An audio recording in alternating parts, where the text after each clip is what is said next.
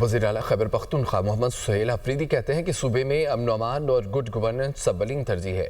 افغان مہاجرین کو باعزت طریقے سے واپس جانا ہوگا۔ وزیر اعلیٰ نے اپنے پہلے باضابطہ اجلاس کے بعد پالیسی بیان بھی جاری کر دیا۔ دیکھتے ہیں اس رپورٹ میں۔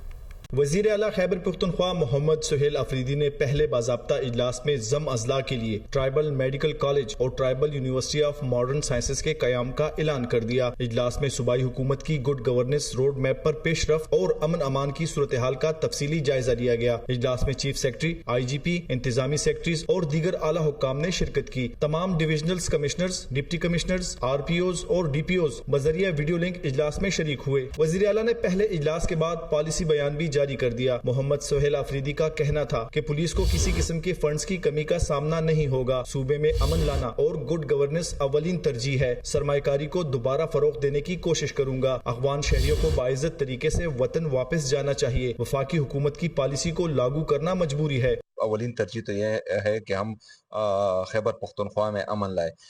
دوسرا جو بدامنی کی وجہ سے ہمارا صوبہ افیکٹ ہوا ہے، تو ہمارے جتنے بھی انویسٹرز ہیں یا انڈسٹریلسٹ ہیں وہ صوبہ بدر ہو چکے ہیں۔